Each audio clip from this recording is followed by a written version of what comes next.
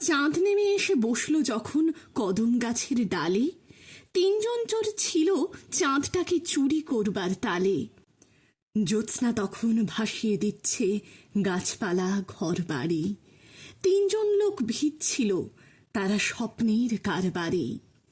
একজন বলে, এখন আমার গোটা চাঁদটাই পেলে ছেলের কপালে টিপ দিতে হবে, না দিলে কাঁদবে ছেলে।